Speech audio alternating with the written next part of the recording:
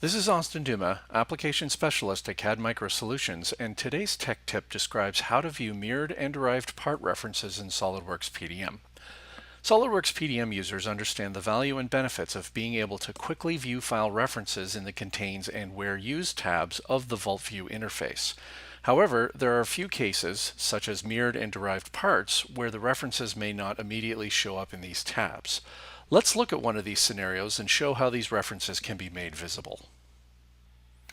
On my screen, I have a simple part file which contains a mirrored part, and these parts, along with an associated drawing, have already been imported into PDM.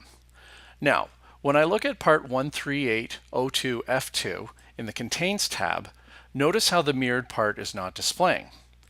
And it's the same if I select the associated drawing as well.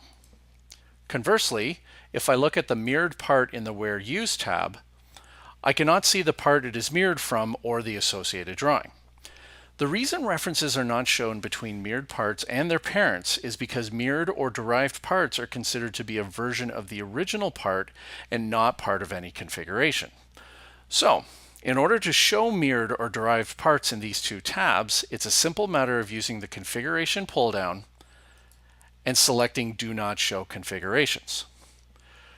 With this option selected, the references for the mirrored part are now displayed in the Where Used tab.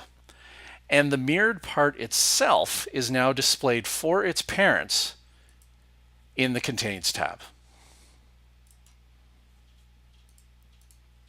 Finally, note how the pull-down stays the same as I move from file to file.